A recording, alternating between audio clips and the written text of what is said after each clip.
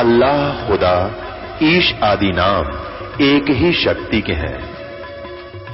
वो कैसा है, कहां है, कैसे मिलता है, किसने देखा है? ये प्रश्नवाचक चिन्ह पूर्ण रूप से हटाने के लिए अवश्य सुनिए जगत गुरु तत्वदर्शी संत रामपाल जी महाराज के अमृत वचन, सर्व पवित्र धर्मों के पवित्र शास्त्रों के आधार पर। आदरणीय गरीबदास साहिब अपनी वाणी में बताते हैं, जैसे हाली बीज धुन पंथी से बतरावे, वाम खंड पड़े नहीं ऐसे ध्यान लगावे। जैसे हाली बैलों के साथ हल के साथ में एक बीज बीजने का एक पाइप बांध लेता, उसने ओरना बोलते हैं रोहतक जिले में, ओरना। उस बीज, उस पाइप के माध्यम से बीज बीज रहा है और बैल हल जोत रहा है। रास्ते में एक यात्री आ जाता है पंथी, और उस हाली से रास्ता पूछता है कि भाई मैंने इस गांव में जाना है, क्या मैं ठीक जा रहा हूं? तो हाली उसकी तरफ ध्यान नहीं देता, उसकी बातों को अवश्य सुनता है और अपने काम में बिजी है। बीज भी छोड़ता जा रहा है, हल भी जोत रहा है और चलता चलता उस यात्री को भी कह रहा है, भाई सीधा चला जा, रास्ता तेरा ठीक है, आगे बाएं मुड़ जाना और फिर सीधा निकल जाना। कहते जैसे हाड़ी बीज धुन, उसका विशेष ध्यान तो हाथ पे है जो बीज छोड़ रहा है, और पंथी से बतलावे, वाम खंड पड़े नहीं ही ऐसे ध्यान लगावे। ऐसे स्मरण होता है, ऐसे वो सहज समाधि होती है, ऐसे ढोंग, ऐसे हठ योग को प्रत्येक शास्त्र में मना किया। तो इस बात की खटक वाजिद जी का लगी कि भैया बात तो आज नहीं सुनी मैंने। तब उसने कहा कि भक्त मुझे कोई रास्ता बता फिर। तब धन्ना जी ने कहा कि मैं अपने गुरुदेव से आपको मिलाऊंगा, आप उनसे सत्संग सुनो, विचार सुनो और उपदेश लीजिए। तब धन्ना जी ने परमात्मा से मिलाया, यानी वो पूर्ण परमात्मा ना जाने कितनी बार प्रकट होते हैं, लेकिन तब उन्होंने इस तत्व ज्ञान को नहीं और सारनाम को नहीं उजागर किया, लेकिन उन पुण्यात्माओं को ऐसी भक्ति दे दी ताकि उनको मनुष्य जन्म बहुत मिलते रहे और उन्हीं मनुष्य जन्मों में परमात्मा आके संभाल लेते। तब बाजिद जी ने वो जो हठ योग था वो छोड़ा और सत साधना, जो भी गुरुदेव ने उस साधना बताई वैसे शुरू की। उसके बाद फिर वाजिद जी का फिर मनुष्य जन्म हुआ। कबीर परमेश्वर जब 600 साल यहाँ पहले 120 वर्ष रह के गए, तब फिर वही आत्मा उनसे मिली, उनका जन्म हुआ दोबारा। फिर कबीर परमेश्वर की शरण में आए और तब वाजिद जी वाली आत्मा का यानी कल्याण हुआ। पुण्यात्माओं, परमात्मा की भक्ति के लिए तड़फ तो प्रत्येक आत्मा की है, क्योंकि जब से उससे बिछड़ी है, लेकिन जब तक हमारी वे ऑफ वर्शिप, पूजा की विधि शास्त्र अनुसार नहीं होगी, तत्व ज्ञान के आधार से नहीं होगी, तब तक हम कितनी ही साधना के करें और कितनी ही मेहनत करें वो विफल हो जाती है। आपने ये तत्व ज्ञान जो सुनने को मिला है, आपके बहुत जन्म जन्मांतर के अत्यधिक पुण्य आपके साथ है। आपने अभी सुना इस पद में, पिप्पा दरिया में कूद गए जिन कैसी करी डिठाई, भाई वो नरपाड़ा जीत गए जिन सिर धड़की बाजी लाई। एक पीपा ठाकुर, एक पीपा राम ठाकुर राजा था नागौर शहर का, वो माता का पुजारी था, शेरा वाली माता का दृढ़ पुजारी था और भक्ति की चाह उसके अंदर विशेष थी।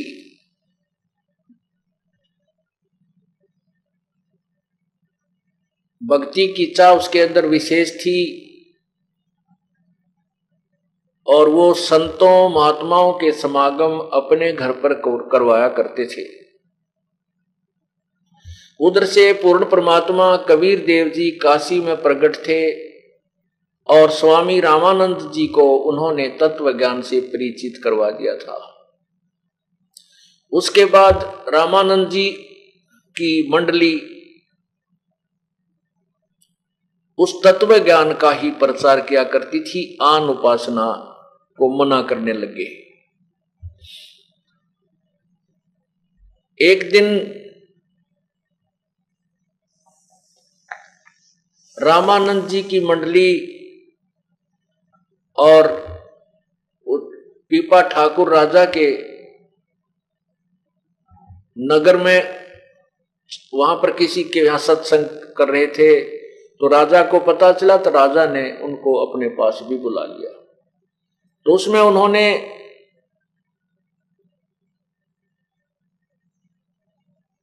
पूर्ण परमात्मा की महिमा का गुणगान किया और अन्य जो पूजाएं थी उनको छोड़ने के लिए प्रेरित किया। राजा ने कहा कि महात्मा जी, मैं तो शेरा वाली माता की पूजा करता हूं, मैं इससे ऊपर किसी शक्ति को नहीं मानता, कोई पावर नहीं है। तब रामानंद जी ने कहा कि अब तो हम जा रहे हैं और फिर आएंगे। तो उस पीपा जी ने कहा कि मेरे से माता साक्षात बातें करती है, मैं आपकी बातों में आने वाला नहीं हूं। तब रामानंद जी ने कहा कि आप माता की जब भी कोई पूजा करते हो, जब आपसे वो साक्षात्कार हो उनका, तो आप उससे पूछना कि आपसे ऊपर कोई शक्ति है कि नहीं। अब रामानंद जी वहां से चले गए अपनी मंडली को लेकर के। अब राजा ने अपनी विधिवत पूजा की, उसको तो कसक लगी और फिर वो माता का साक्षात्कार हुआ। तब माता से प्रश्न किया कि हे माता, हे दुर्गा, क्या आपसे भी ऊपर कोई शक्ति है? तो दुर्गा ने कहा, हाँ भाई, मेरे से ऊपर भी शक्ति है, क्योंकि ये देवता है, ये झूठ नहीं बोलते हैं, तो हम इनकी महिमा उलट सुलट गाते रहते हैं। तो उसने कहा, भाई मेरे से ऊपर बहुत बड़ी शक्ति है, लेकिन वो तुम्हें मिल नहीं सकती, वो दर्शन नहीं देती, उसकी साधना व्यर्थ है। इस बात की खटक और लाएगी पीपा का, भाई जब इन तो ऊपर शक्ति है और वो कहते हैं वो दर्शन देती है, तो अभी संत आए थे। तब उसने कहा, माता, अभी वो संत जो आए थे वो कह रहे थे कि वो शक्ति की प्राप्ति हो सकती है उस परमात्मा की। नो बोली, भाई अगर तूने उससे उस परमात्मा से मिलना, हर कोई मिलाने वाला मिल जाता तो कोशिश कर लेना। यूं कहकर अंतर्ध्यान हो गई। अब दोबारा जब वो रामानंद जी गए मंडली लेकर के, तो तत्व ज्ञान सुना और कहा, मैंने माता से पूछ लिया है कि वास्तव में और शक्ति है, तो मैं आपके साथ चलूंगा। मैं इस राज्य को त्यागता हूं। अब उसने रामानंद जी ने सोचा, ये राजा ही तो तेरा कौन से मूड में है, और फिर यू वहां जाकर शर्मा दर्द करेगा, कहेगा मेरा राज छुटवा दिया, फलाना करवा दिया। तो बोला, जी अभी तो हम कहीं और जा रहे हैं और आश्रम की तरफ नहीं जा रहे हैं, आप फिर वहां आश्रम में आ जाना। अब राजा उसने कहा, भी ठीक है। उधर से उसकी 3 रानियां थी। हाँ, उसकी 3 रानियां थी राजा पीपा की। तो वो तीनों रानियों ने भी कहा कि हम भी आपके साथ चलेंगी, हम भी आपके साथ चलेंगी। अब पीपा जी को समस्या होगी। उसने रामानंद जी से कहा कि हे गुरुदेव, या तो समस्या ज्यों की तो रहेगी, ये रानियां मेरे साथ फिर चलेंगी, वो बखेड़ा वहां फिर रहेगा, इनकी रोज लड़ाई रहेगी, मैं इनके सुलटाने में लग गया रहूंगा। ये भगवान अब इन तो पीछा और छुटवाओ, आपका कोई विधि बताओ।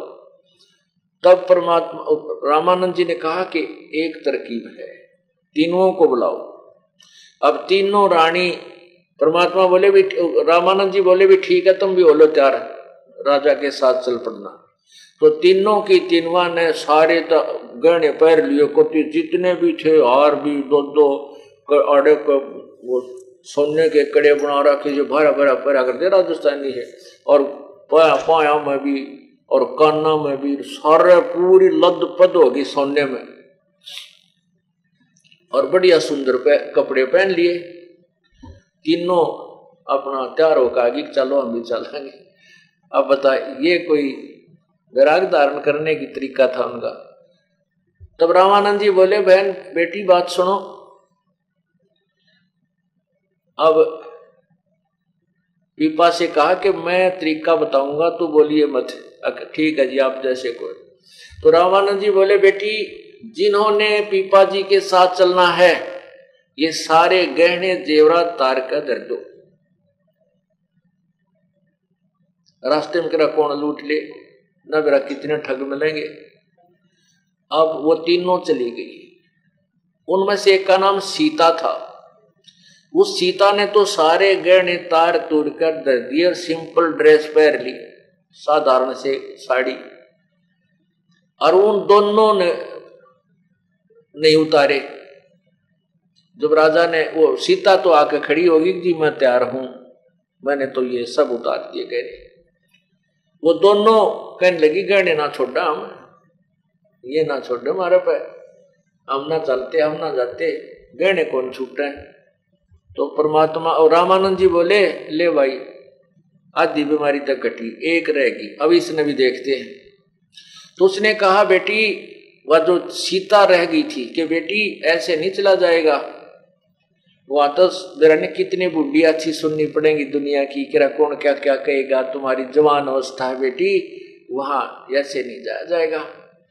ने बोले जी कुछ भी कुछ कहो, कोई भी, मैं अपने पति के साथ जाऊंगी और भक्ति करूंगी, इसके बीच में जो ना मैं नहीं रह सकती। तो उसने कहा, बेटी अगर आपने चलना है तो ये साड़ी उतार दे, नग्न होके चलना पड़ेगा तुझे हमारे साथ।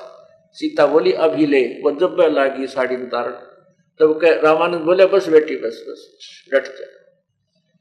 तब कहा, पीपा ये तेरा बिल्कुल सच्चा साथी है, ये आत्मा परमात्मा को चाहने वाली है, ये तुझे बाधा नहीं करेगी भक्ति में, कहीं पर भी आप इसको साथ ले सकते।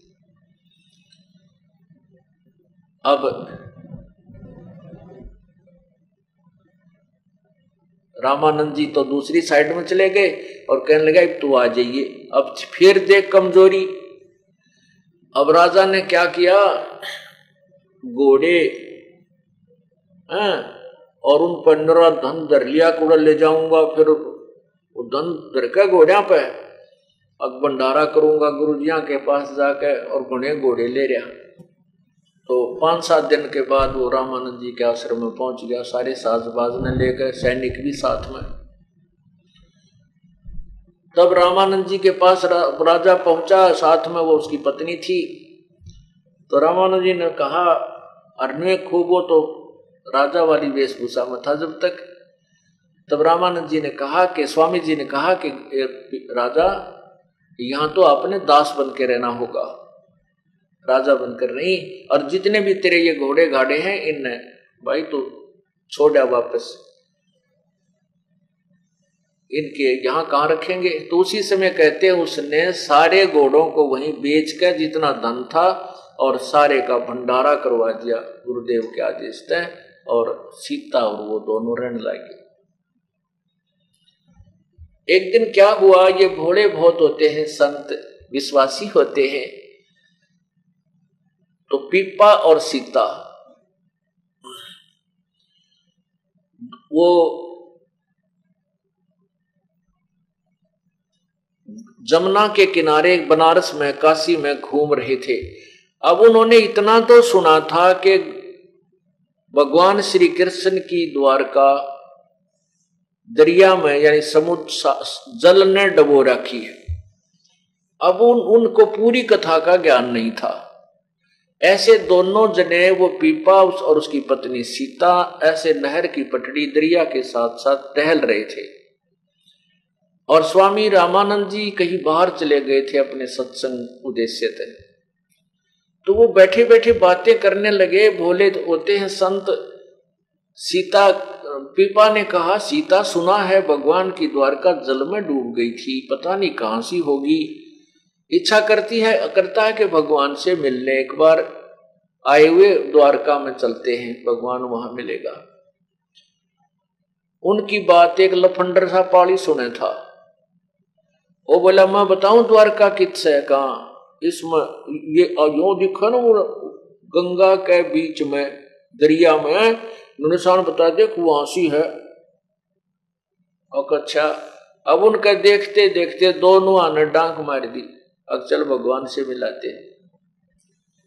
अब कहते हैं पूर्ण परमात्मा ने उसके लिए क्या लीला की कि वहां पर एक द्वारका रच दी उस जल में,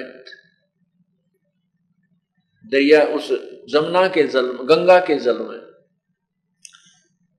और ऐसे ही वहां कृष्ण रूप धार के पूर्ण परमात्मा उस पीपा और सीता के साथ रहा, उनको खूब अच्छे भोजन करवाए हैं। और भाई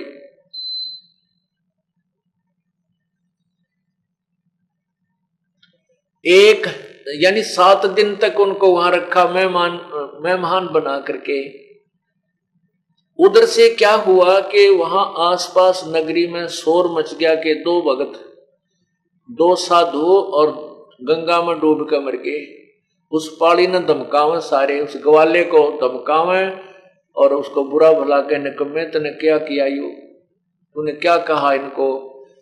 उस पाली ने बताया, ग्वाले ने कहा कि ये मेरे से न्यू पूछे थे कि यहाँ बताते हैं द्वारका है जल में, वो कहां सी है। मैंने तो मजाक कर दिया, कुआरी इसका बीच में है, वो बीच के अंदर है दरिया में। इन्होंने मेरी दूसरी बात सुनी है, कोई ना डांक छलांग लगा दी।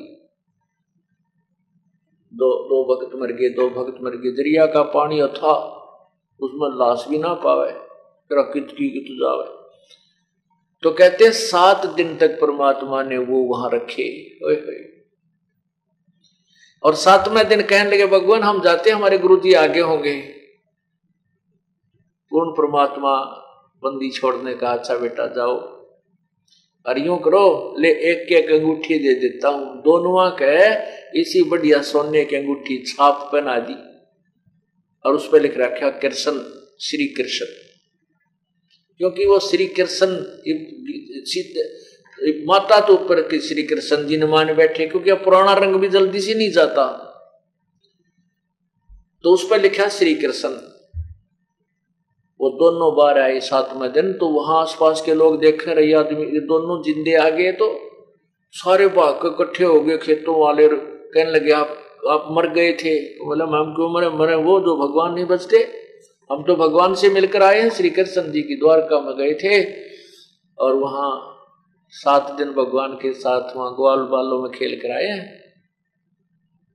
वो कहने लगे, नहीं जस्ती, देखो भगवान ने हमारे को छाप दी है अंगूठी, दोनों पैर एक।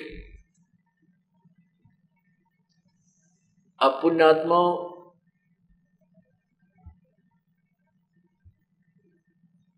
परमात्मा जो है ये समर्थ शक्ति है, वो पूर्ण ब्रह्म है। इस भक्ति को जीवित रखने के लिए वो ना जाने क्या क्या लीलाएं करता है। एक बार क्या हुआ कि पीपा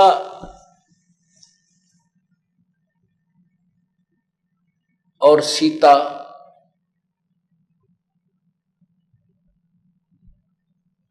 ऐसे जा रहे थे और जाते वो एक उसमें बैठ गए वृक्ष के नीचे।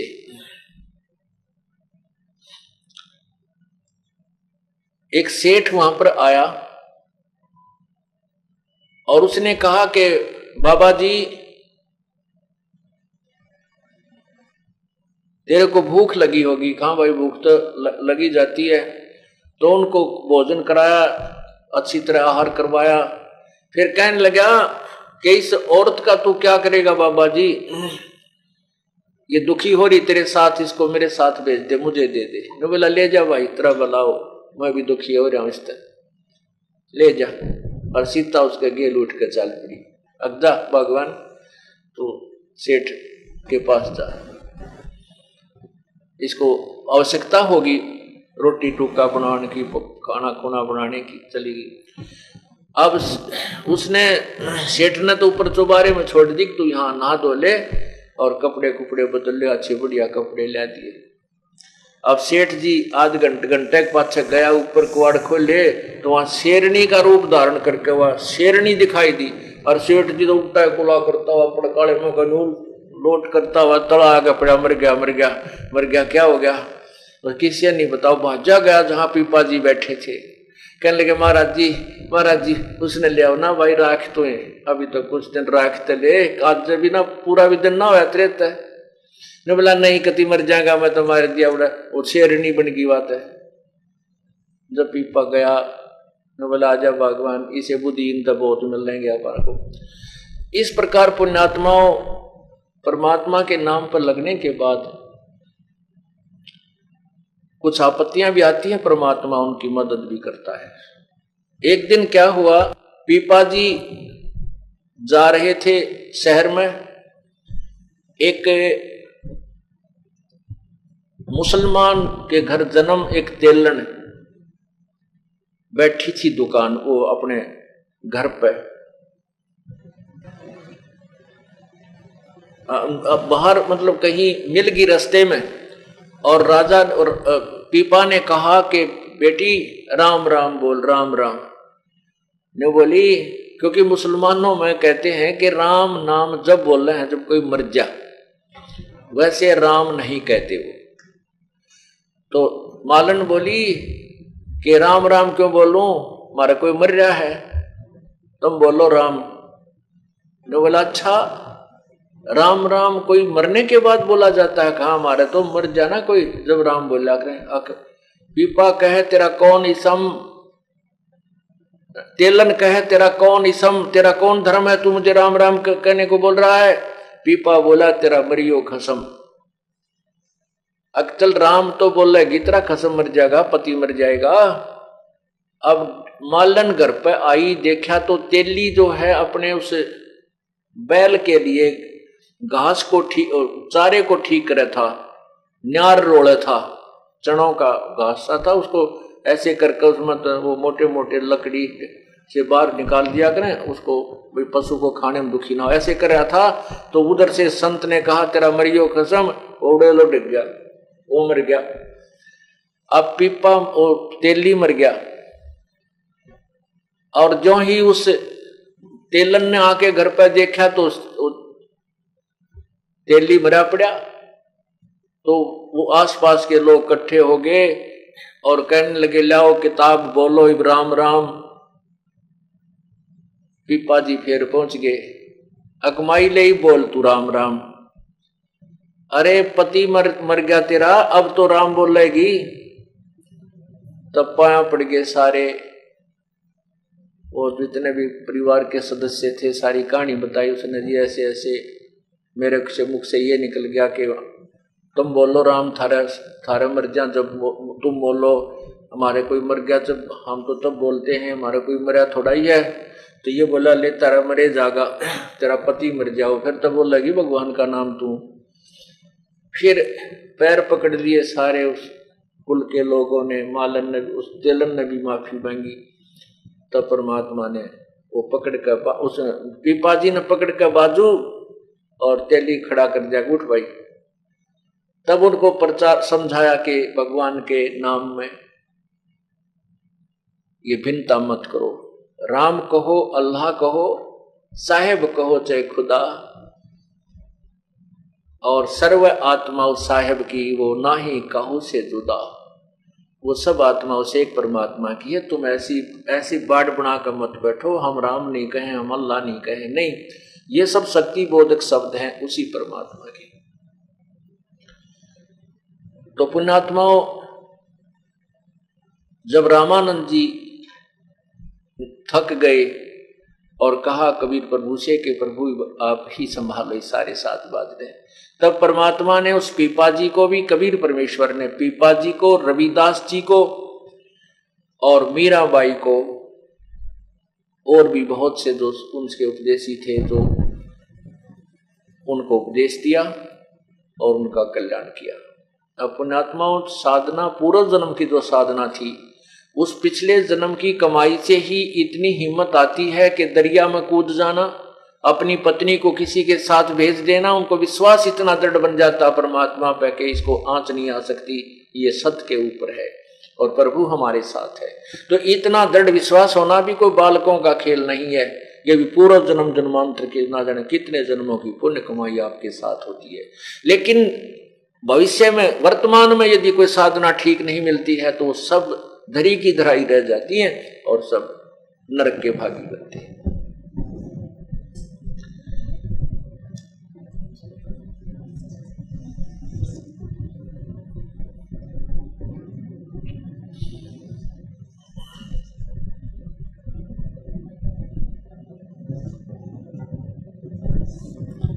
एक समय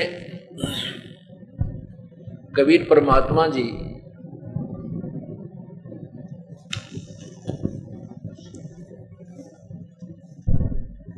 किसी भक्त के यहाँ सत्संग, वहां काशी में, बनारस में सत्संग किया करते थे। तो वहां एक दामोदर नाम के एक सेठ रहते थे काशी बनारस में। बहुत बड़े सेठ थे, उनके अपने जहाज थे और जहाज के माध्यम से वो दरियाओं के अंदर, बड़ी बड़ी दरियाओं नदियों के अंदर से जहाज ले जाता था और दूसरे जो है ना प्रदेशों में जाकर के व्यापार बिजनेस किया करता था। वो बहुत ही धार्मिक व्यक्ति था, भगवान श्री राम श्री कृष्ण का पक्का पुजारी था। उसकी पत्नी धर्मवती, वो भी बहुत ही श्रद्धालु थी, परमात्मा की चाहने वाली थी।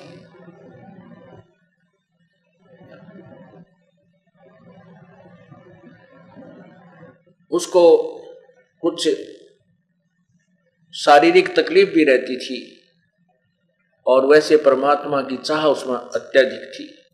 एक दिन परमात्मा ने कृपा की कि वहां एक उस दामोदर सेठ के घर के आसपास ही सत्संग किया। अब वो धर्मवती भी सत्संग सुनने के लिए आ गई। सत्संग के अंदर परमात्मा ने यही तत्व ज्ञान सुनाया। अब वो धर्मवती जो थी बहुत पुजारिन थी, अन्य आन उपासना भी बहुत करती थी, लेकिन बुद्धिमान बहुत थी। परमात्मा ने पूरा ज्ञान समझाया कि ब्रह्मा विष्णु महेश की पूजा जो की जाती है, इन पूजाओं से मोक्ष नहीं होता। और भी आत्म ज्ञान समझाया और भक्ति के मार्ग में चेतावनी दी। क्या कहा? सत्संग में बताया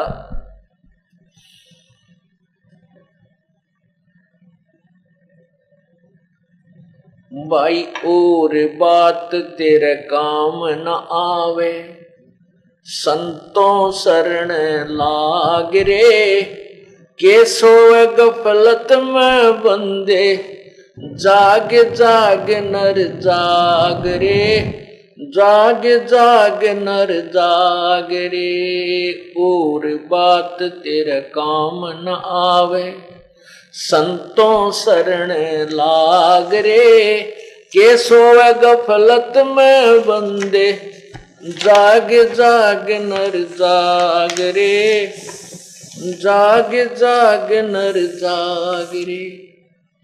इस तन सराय में जीव मुसाफिर, ये करता रहे दिमाग रे।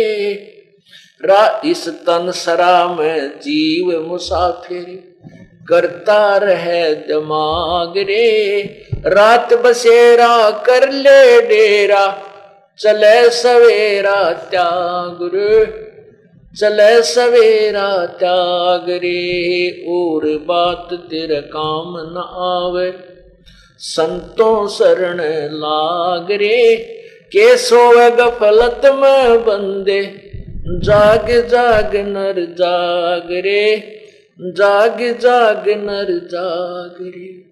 इस तन सराय में जीव मुसाफिर, करता रहे दिमाग रे, तन सराय में जीव मुसाफिर, करता रहे दिमाग रे, रात बसेरा कर ले डेरा, चलो सवेरा त्याग रे, चले सवेरा त्याग रे, और बात तेरे काम न आवे, संतों शरण लाग रे, के सोवे गफलत में बंदे, जाग जाग नर जाग रे, जाग जाग नर जाग रे। उमदा चोला बना अनमोला, ये लगे दाग पे दाग रे, उमदा चोला बना अनमोला, लगे दाग पे दाग रे, 2 दिन की गुजरान जगत में, क्यों जले बिरानी आग रे, जले बिरानी आग रे, और बात तेरे काम न आवे, संतों शरण लाग रे, के सोवे गफलत में बंदे, जाग जाग नर जाग रे, जाग जाग नर जाग रे। भाई को बद कांचड़ी चढ़री चित पे, तू ओया मनुष्य से नाग रे, को बद कांचड़ी चढ़री चित पे, तू होया मनुष्य से नाग रे, सूझे नहीं सजन सुख सागर, बिना प्रेम बैराग रे, बिना प्रेम बैराग रे, और बात तेरे काम न आवे, संतों शरण लाग रे, के सोवे गफलत में बंदे, जाग जाग नर जाग रे, जाग जाग नर जाग रे।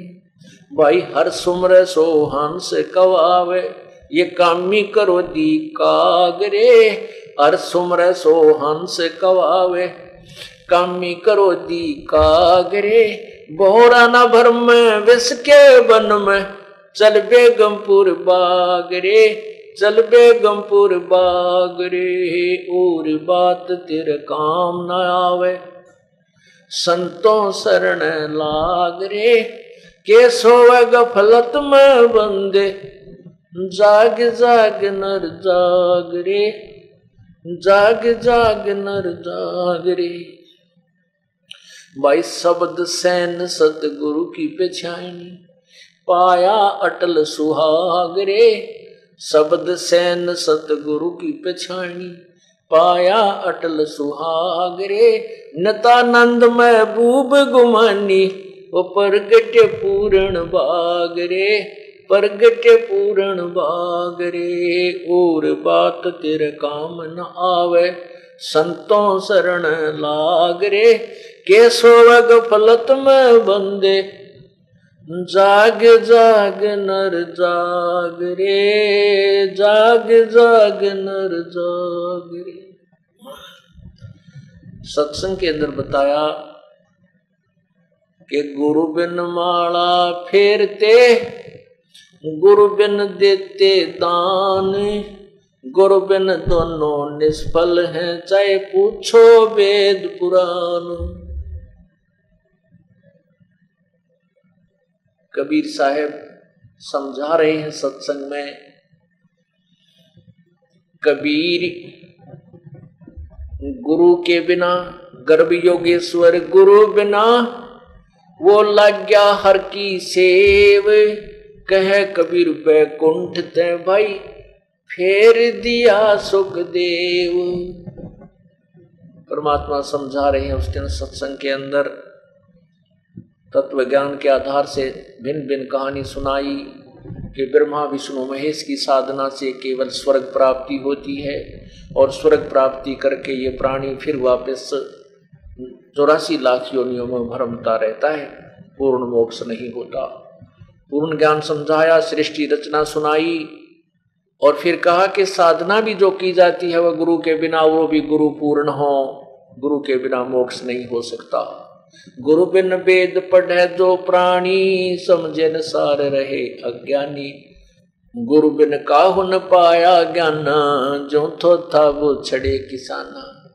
गुरु गर्भ योगेश्वर, गुरु बिना, जो माँ के गर्भ में उसको ये ज्ञान हो गया था सुखदेव को कि भक्ति बिना गुजारा नहीं प्राणी का। 12 वर्ष तक माँ के गर्भ से, पेट से बाहर नहीं आया। 12 वर्ष के बाद जब बाहर आया तो उठकर घर से भाग लिया, माता पिता को दर्शन भी नहीं दिए, अपनी और नाल कमर पर डालकर भाग लिया। वो आगे जाकर अपने आप पर काट पीट कर और नाल और भक्ति में लग गया। और पूर्व जन्म की साधना के कारण उसके अंदर इतनी प्रेरणा थी और उसी कारण से स्वर्ग में, वैकुंठ में, भगवान विष्णु के लोक में चला गया। उसका गुरु नहीं था कोई भी, इसलिए सुखदेव ऋषि को भी वैकुंठ से, स्वर्ग से वापस भेज दिया गया। फिर राजा जनक गुरु किए, फिर कीनी हर की सेव, कह कबीर वैकुंठ में उल्ट मिले सुखदेव। फिर गुरु राजा जनक से उपदेश लेकर के उस सुखदेव ऋषि ने फिर भगवान की साधना की तो फिर वो स्वर्ग में चला गया। और भी बहुत सी कथाएं सुनाई।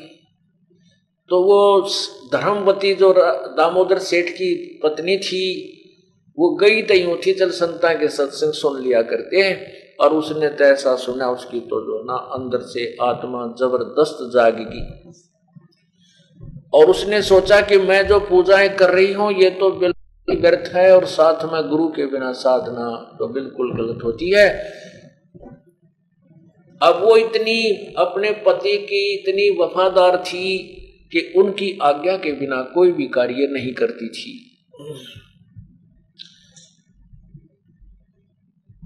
अब उसको धर्मवती को यह तड़फ लाएगी कि आज क्या करूं। परमात्मा ये भी साथ में कह रहे थे, आज कर काल करे सो आज करे, आज करे सो अब, भाई पल में प्रलय हो जागी, फिर करांगे कब। क्या बेरा सांस का, इस सांस का क्या पता कै दिन का ये कब यहां से चला जाए, ये प्राणी और सब साजबाज रखा रह जाए। नहीं भरोसा देही का ये बिन सजावे छन माही, भाई श्वास उश्वास में नाम जपो और जितन का सुनाई। कहने का भाव ये है कि उस धर्मवती को इतनी प्रेरणा होगी, ये भगवान नाम तो लेना चाहिए, ऐसे गुरु इतना बढ़िया ज्ञान बताने वाले कब कब मिले। उधर से उसके साथ धर्म संकट खड़ा हो गया कि मैंने पति की आज्ञा नहीं ली और बात बिगड़ गई और नाम लेना चाहती हूँ। तो उसने अपनी सहेली से कहा कि बहन, जो परमात्मा कबीर जी की शिष्या थी, कहने लगी मैं तो नाम लेना चाहती हूँ पर मेरे सामने एक समस्या आ गई। क्या कि मैंने अपने पति से पूछा नहीं, आज्ञा नहीं ले रखी, कहीं वो मेरे से नाराज हो जाए। मैं कोई ऐसा कार्य नहीं करती जिससे मेरे पति की आत्मा दुख पावे। तो वो बहन बोली चलो गुरुदेव के पास चलते हैं, जैसा जो समाधान वही बताएंगे। तो दोनों जनी वहां गुरुजी बैठे थे सत्संग के उपरांत। तो कहने लगी, बस धर्मवती सेठानी ने कहा कि हे गुरुदेव, हे महाराज जी, आपके ज्ञान को सुनकर मैं गदगद हो गई हूँ और मैंने गुरु नहीं बना रखा, मैं आपको गुरु बनाना चाहती हूँ। परमात्मा बोले बेटी फिर ना उपदेश ले, इसमें देरी क्यों कर रही है कि मेरे सामने एक धर्म संकट खड़ा हो गया। हे प्रभु, आप ही उसका समाधान करो, एक समस्या है। परमात्मा ने कहा क्या समस्या है बताओ। कि मैं कोई भी आज तक मैंने कोई काम ऐसा नहीं किया है तो अपने पति की आज्ञा ना ली हो। मेरे पति दूर देश गए हुए हैं और वो ना मेरा महीने माह में, 2 महीने माह में, 6 महीने माह में, और आपके ज्ञान से मैं इतनी तड़फ गई हूं कि मैं एक दिन भी नहीं छोड़ना चाहती। सांस का कोई भरोसा नहीं। हमारे रिश्तेदारी में ऐसे उसको पता था कि ऐसे व्यक्ति, युवा व्यक्ति अचानक मर गए। कई मौत हो चुकी है, वो इस चीज से डरी हुई थी। तो मैं क्या करूं भगवान? परमात्मा ने कहा, बेटी ये आत्म कल्याण का मामला है, ये कोई सांसारिक व्यवहार का काम नहीं, मामला नहीं है। जो भी संसारिक कार्य है अपने पति की आज्ञा लो और बोल बतला के काम करो, घर में शांति बनी रहेगी।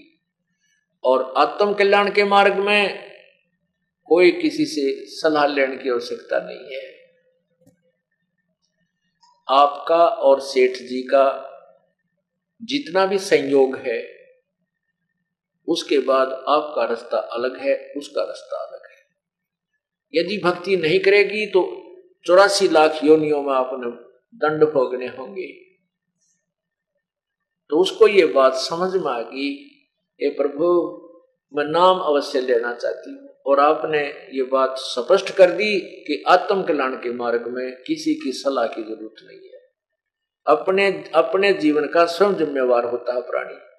और अपने पति को भी समझाना, भला मानस बताती है तो वो भी हो सकता है तेरे साथ ही भक्ति परमात्मा का साधना करने लग जाए। तो उसने कहा, ठीक है गुरुदेव, मेरी लज्जा रखना, मेरा पति मेरे से नाराज ना हो। उस भक्तमती धर्मवती ने परमात्मा से उपदेश ले लिया और कुछ दिनों के बाद वो सेठ जी वापस आ गए। और उस दिन भी रात्रि का सत्संग था उसी पड़ोस में, धर्मवती के बिल्कुल साथ में ही सत्संग था, थोड़ी सी दूरी पे। अब वो धर्मवती बहुत समझदार थी, उसने सोचा आज मैं अपने पति से प्रार्थना करूंगी। जब वो खाना खाने लगा, सेठ जी ने खाना जब खा लिया, तब धर्मवती ने कहा, जी मेरे से एक गलती बन गई, आप मुझे क्षमा कर देना। अब वो दामोदर सेठ कहने लगा कि मेरी पत्नी पर मुझे पूर्ण विश्वास है कि वो ऐसी गलती नहीं कर सकती जिसको मैं अक्षमा ना कर सकूं। अब जी मेरे पर बहुत गलती बन गई, आप माफ कर देना। अब कोई बात नहीं, बताओ क्या गलती बन गई? कि मैंने आज तक कोई भी कार्य आपकी आज्ञा के बिना नहीं किया था, परंतु यहां पड़ोस में एक सत्संग हो रहा था और मैं सत्संग सुनने चली गई उस सहेली के साथ, और महाराज जी ने ऐसी बढ़िया बढ़िया बातें बनाई। महाराज मेरा तो नाम लेने को दिल कर गया, मैंने गुरु बना लिया, आपसे पूछ नहीं सकी। तो दामोदर सेठ परमात्मा कहते हैं ऐसे बुद्धि बदलता है प्रभु अपने बच्चों के लिए। तो दामोदर सेठ ने एकदम कहा कि या के गलती, हमने तो नहीं सुना है गुरु बिन मोक्ष नहीं होता। आपने तो बहुत अच्छा, आपके बड़े अच्छे भाग हैं, आपने गुरु बना लिया। यह कौन सी गलती, इसमें के पूछने की बात थी, कौन सी इसमें आपने गलत कर दिया। अब 100 शुक्र मनाए उस प्यारी आत्मा ने अपने परमात्मा के, परमात्मा आपने बड़ी दया करी, आपत्ति टाल दी मेरी सारी ये। फिर उसने सोचा कि ये लोग ऐसे ही होते हैं, कोई कुछ कहेगा क्योंकि ये बाहर ज्यादा रहता है, और किसी ने इसके कान में फूंक मार दी कि तेरी पत्नी रात को ऐसे करती है, वहां जाती है, तो कहीं ये हमारे गृहस्थ जीवन में कोई बाधा ना बन जाए। और ये ऐसा भक्त है, एक बार अपनी आंखें देख लेगा उस सत्संग में जाकर के, फिर ये किसी की नहीं सुनता, तो सारा संसार कुछ कहता रहे, नहीं सुनेगा।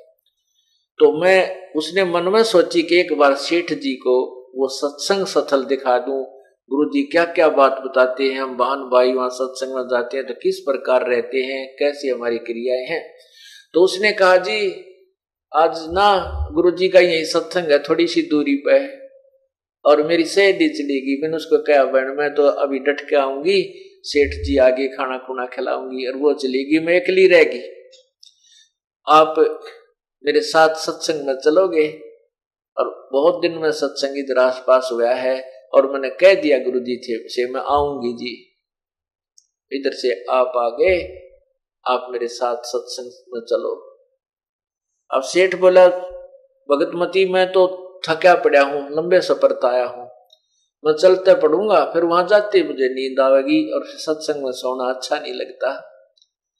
सेठानी ने सोची, चल जीभ सीता दाबी, कहने लगी जी आप नो करियो, पीछे सी बैठ जाइयो, नींद आवे तो लौट जियो, कोई गुरु जी कुछ ना कहते, पाछे अगर कोई आंख दुखी बीमार होता बाहर पिछले साइड में विश्राम कर लेता है।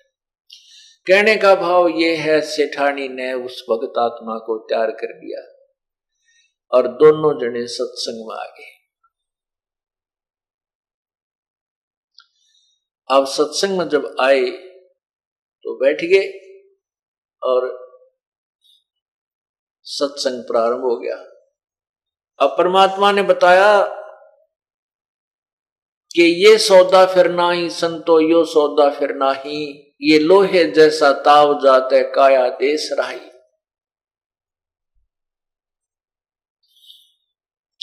तीन लोक और भवन चतुर्दश सब जग सौदे आही, और दुगने तिगने किए चौगने किन्हों मूल गवाही।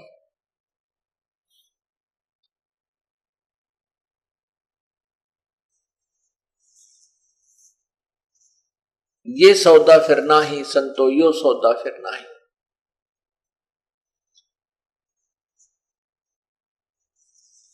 फिर क्या बताते हैं कि ये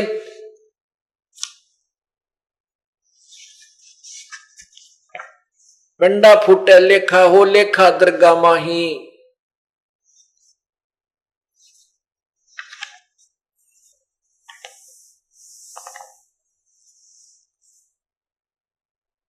कहते हैं उस दरगाह में मार पड़ेगी त्रियम पकड़ेंगे बाही, वह दिन की मोर डरनी लागे लज्जा रैक नाही। नर नारायण देही पाके तू फेर तुरासी जाही, और जा सतगुरु की मैं बलिहारी जो जामन मरण मिटाही। फिर कहते हैं कुल परिवार तेरा सकल कबीला मसलत एक ठहराई, बांध पिंजड़ी आगे धर लिया मरकट को ले जाई। अग्नि लगा दिया जद लंबा फूक दिया उस ठाई, वेद बांध फिर पंडित आवे गुरु जी आए पाछे गरुड़ पढ़ाई।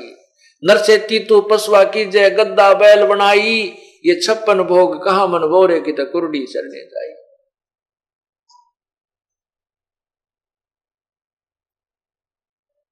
और जय सतगुरु की कहते हैं बहुत श्राद्ध खान को प्रेत सला पे जा बराजे पितरों पिंड भराई, और बहुत श्राद्ध खान को आए फिर काग वे कलमाई। जय सतगुरु की संगत करते तेरे सकल कर्म मिट कट जाई, अमरपुरी पर आसन होते जहां धूप ना छाई। पूर्ण परमात्मा ने सत्संग में ऐसे वचन कहे कि भाई अब तो हम आलस भी कर जाते हैं, भक्ति में भी आलस कर जाते हैं, और जब हम पशु बैल पक्षी बन जाएंगे, बैल बन गए, तो कोई आलस नहीं करने देगा। और फिर क्या आहार होगा पशु बनने के उपरांत?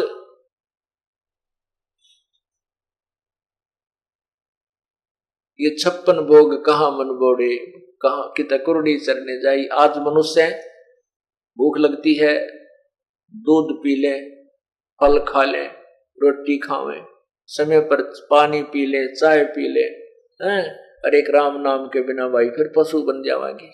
और पशु बनने के बाद फिर बैल बन जाएंगे, नाक में नाथ गल जाएगी, और किसान के हाथ में डोर आ जाएगी।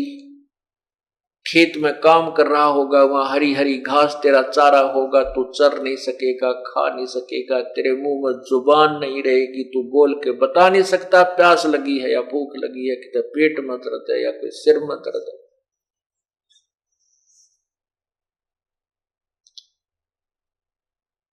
अब सेठ जी को कहा नींद आवे थी पुण्यात्मा का, उसके कलेजा धड़कन लग गया, दिल की धड़कन बढ़ गई, तरह गजब हो गया, या तो बहुत बूढ़ी बनेगी।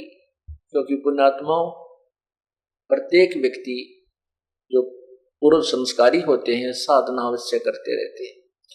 और सेठ जी श्री राम श्री कृष्ण और देवी देवताओं का बहुत जबरदस्त पुजारी था। उसने जहाज के एक पूरे कक्ष में सभी देवताओं की मूर्तियां सजा रखी थी, सबकी जो तगड़ी पूजा करता था, आरती उरती करता था, क्यों सफर लंबा होता था, जाते आते भी खूब टाइम लग जाता, और फिर वहां भी अपने व्यापार बिजनेस करते समय भी जहाज में आकर विश्राम करता था। तब भी अपनी उसमें खूब पूजा, सारी मूर्ति राम की, कृष्ण की, सभी देवताओं की, देवी की, ब्रह्मा विष्णु महेश की, सबकी लगा रखी। फिर परमात्मा ने यह भी बताया कि भाई गुरु सतगुरु की पूजा जब करे तो आन उपासना नहीं करनी होती। गुरु के वचन पर जो डट जाता उसको मोक्ष होता है। गुरु जी जो साधना बताते हैं सतगुरु वही करनी चाहिए, और गुरु के बिना मुक्ति नहीं होती। गुरु बिन माला फेरते, गुरु बिन देते दान, गुरु बिन दोनों निष्फल हैं से पूछो वेद पुराण। अब सेठ जी कहाँ तो थका हुआ था, सेठानी उसकी तरफ देख रही थी, उसको मालूम था कि ये इतनी पुण्यात्मा का आदमी है, ये एक बार गुरु जी के वचन सुन लेगा, ये मेरे से भी 21 भक्ति करेगा, क्योंकि वो सत्संग परमात्मा के सुन चुकी थी। और उसको सेठ जी के स्वभाव का भी पता था कि बहुत निर्मल आत्मा है, ये तो और शीघ्र ग्रहण करेगा। अब सत्संग समापन हुआ। उस देवी से, अपनी पत्नी से उसने कहा, दामोदर सेठ ने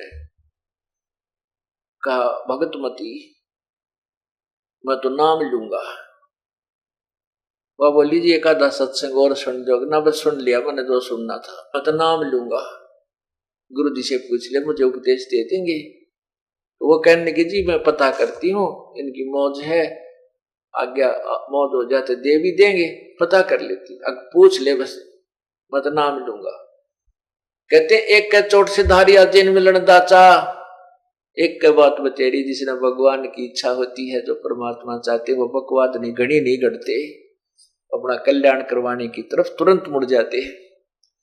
तो सेठानी जाकर, भगतमती जाकर बोली, धर्मवती के हे गुरुदेव, आज आपका बच्चा भी आया है, मेरे पति दी आए हैं। हे भगवान आपने बड़ी सुनी, मैंने तो डरती डरती ने कहा था कि मैंने उपदेश ले लिया, आप नाराज तो नहीं हो जाओगे? ये भगवान इतना सुथरा बोला गुरुदेव आपकी कृपा से। ने बोला बहुत अच्छा किया, गुरु तो गाड़ बनाते हैं और गुरु बिन मोक्ष नहीं बताते, आपके तो बड़े अच्छे भाग हैं। और आज मैं उसको इनको इसलिए लाई थी कि आपके वचन सुनते ही बात न मान सकता है, और नहीं तो कम से कम अपनी आंखों में देख लेगा कि लोगों की बातों में ना होगा कि बकवादी लोग पता नहीं क्या क्या कह देते हैं, रात तेरी औरत बाहर जाती है तेरे पीछे हैं, और कहीं इसके मन में कच्चापन ना आ जाए। गुरुदेव लाई तो मैं न्यू थी विशेष कर इसको कि अपनी आंखों देख लेगा वहां की व्यवस्था को, फिर ये संसार की नहीं मानता, चाहे धरती इधर से उधर हो जाए, ये नहीं सुनेगा किसी की, जब आंखें वहां की व्यवस्था देख लेगा। तो लाई तो मैं न्यू थी, परंतु आपकी बात इसके समझ में आ गई प्रभु, उपदेश लेने की कह रहा है, आपकी आज्ञा हो तो बुलाऊं? अगला बेटी, और सत्संग इसीलिए किया जा रहा है कि ये प्राणी परमात्मा से जुड़े। तो सेठ जी को वो लड़की बुला ले कि आ जाओ, होगी रजा आप पे। सेठ जी ने जाते दंडवत प्रणाम किया। परमात्मा ने समझा कि दामोदर सेठ जब भक्ति, गुरुदेव की भक्ति करते हैं तो एक एक वचन का पालन करना पड़ता है, तभी आपकी जो है ना भक्ति सफल होती है। कहा जी आप जैसे कहोगे गुरुदेव, मैं वैसे ही करेगा आपका दास। भाई और जो भी मूर्तियां हैं, जो भी तू साधना करता है वो त्यागनी पड़ेंगी आपने, क्योंकि जिस वैद्य से आप दवाई ले रहे हो, या कोई वैसे अपने आप से गोलियां दवाई खा रहे हो, तो वो गोलियां, वो दवाई त्यागनी होती है जब दूसरे वैद्य से दवाई ली जाती है। हम जो साधना बताएं ये वही करना, वो पहले वाली ना, दूसरी मत करना, नहीं तो रिएक्शन भी हो जाती है। कहने लगा जी जो आप कहोगे वही करूंगा गुरुदेव, जो आप कहोगे वही करूंगा। कि भाई वो सब जो आपके पास जो मूर्तियां वो हटा देना, केवल परमात्मा की, अपने गुरुदेव की मूर्ति ही घर पे रखनी चाहिए। सारा कुछ समझा दिया। और ये और पूजाएं जो करते हो ये नहीं करनी। दामोदर सेठ बोला जी आपकी जैसे आपकी आज्ञा वैसे ही करूंगा। अब उसने वहां कबीर परमात्मा का हाथ से बना हुआ चित्र मिल रहा था बाहर, वो ले लिया गुरुदेव का।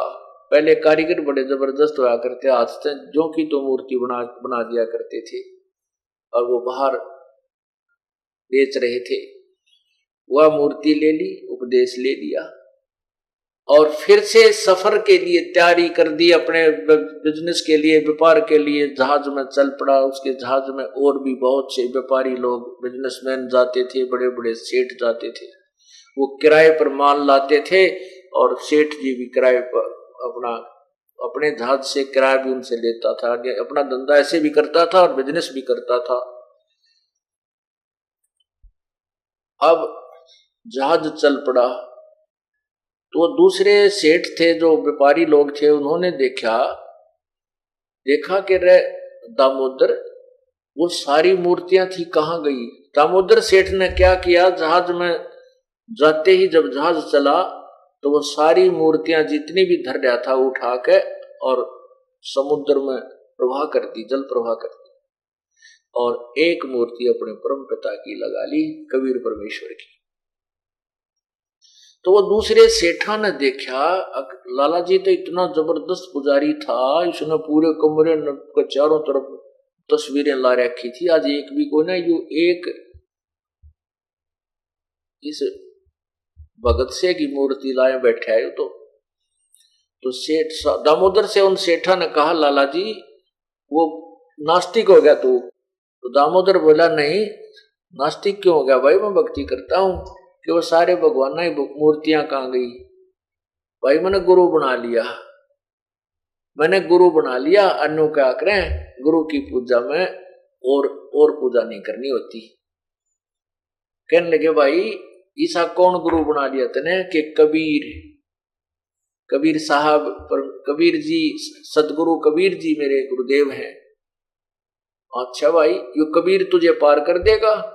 तने यार हनुमान भी छोड़ दिया, शेरा वाली माता की भी वो तस्वीर को नहीं है, राम कृष्ण की भी को नहीं, विष्णु भगवान शिव जी की भी नहीं है, दुर्गा माता की भी कोई ना, लक्ष्मी माता की भी नहीं। ने बोला, भाई हमने तो जो है ना भक्ति करनी है, गुरुदेव ने आदेश दे दिया, जो उन्होंने साधना दी है वही कर रहे हैं, और देख गुरु जी का फोटो रखा और मैं पूजा करता हूँ।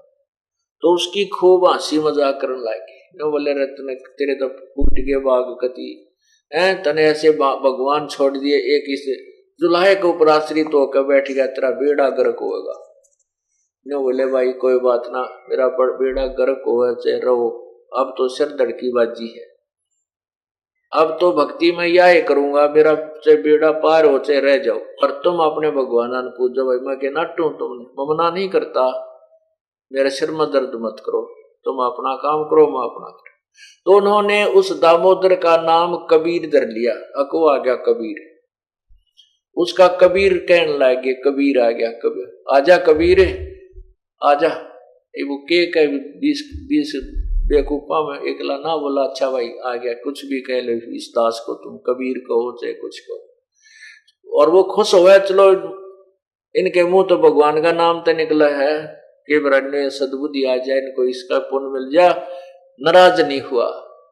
पुण्यात्मा इससे हमने भी ग्रहण करनी है शिक्षाएं, परमात्मा ने जो लीलाएं की हैं, भक्तों ने जो अपने व्यवहार बदले हैं, ऐसे हम सफल होंगे। तो वो चले गए और फिर वापस आने लगे 2-4 महीनों के बाद। सबके कुछ सेठ तो अपने परिवार को भी साथ ले जाते थे, और सबका वापस आते समय माल लाद रखा उसमें जो उन्होंने कमाई करी थी, कुछ एक के परिवार भी साथ थे।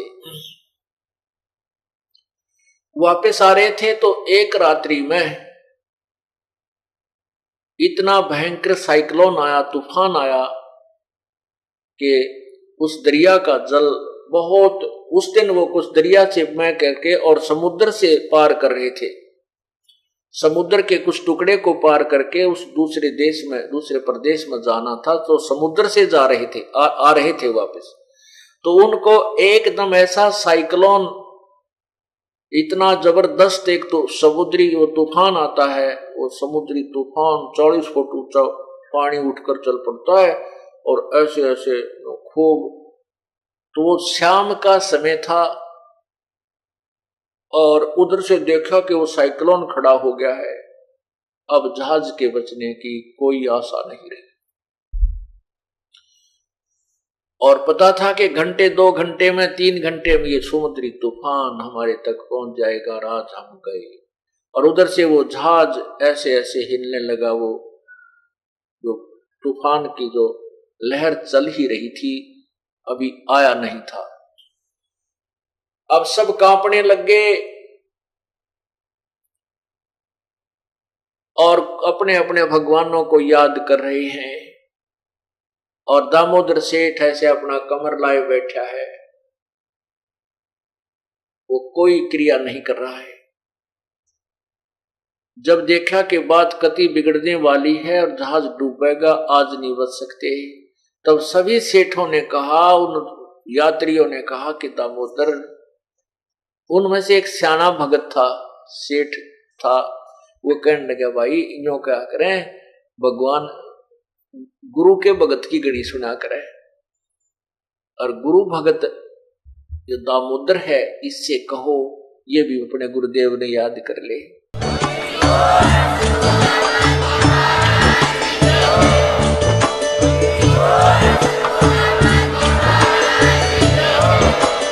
आप सुन रहे थे जगत गुरु तत्वदर्शी संत रामपाल जी महाराज जी के मंगल प्रवचन। अधिक जानकारी के लिए विजिट कीजिए हमारी वेबसाइट www.jagatgururampalji.org। संत रामपाल जी महाराज जी के शुभ आशीर्वाद से पूरे विश्व भर में 500 से भी ज्यादा नाम दीक्षा केंद्र हैं, जिन पर संत रामपाल जी महाराज जी द्वारा ऑनलाइन निशुल्क नाम दीक्षा दी जा रही है। अपने नजदीकी नाम दीक्षा केंद्र का पता करने के लिए संपर्क करें 8222880541।